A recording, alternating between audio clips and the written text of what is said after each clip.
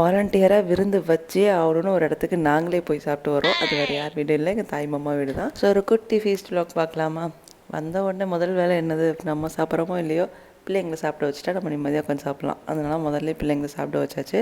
அதுக்கப்புறம் என்ன வேலை, இன்றைக்கி ஒரு பொடி எல்லோரும் வாங்கன்னு சாப்பிட உட்காந்தாச்சு. எங்கள் ஊர் கல்யாண விருந்தில் இந்த நைட் பசியாரத்தில் மட்டுமே கிடைக்கிற இந்த இடியப்பம், கறி, ரொட்டி, சவர்ஸ் எல்லாம் சாப்பிட்டு ரொம்ப நாள் ஆகிடுச்சு.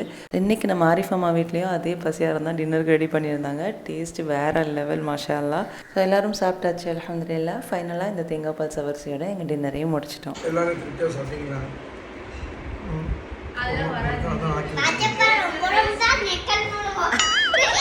ஆரிஃபம்மா பேத்தியே சொல்கிறாங்க பாருங்கள், வாச்சப்பா ரொம்ப ரொம்ப நெக்கல் பண்ணுவோலாம். ஸோ இன்றைக்கி எங்கள் தாய் மாமா, அதாவது ஆரிஃபம்மா வீட்டில் தான் விருந்து ரெடி பண்ணி வைங்க, நாங்கள் சாப்பிட வருவோம் அப்படின்னு வந்து அவங்கள கலாய்ச்சி ஃபன் பண்ணி சாப்பிட்டு முடிச்சாச்சு.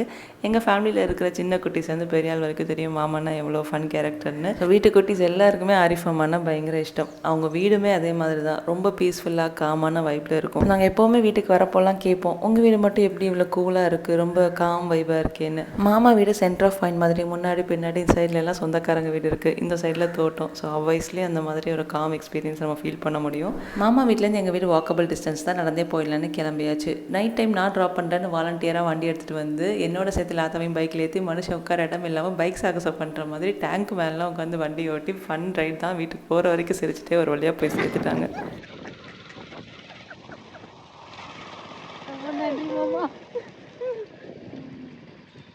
மாமா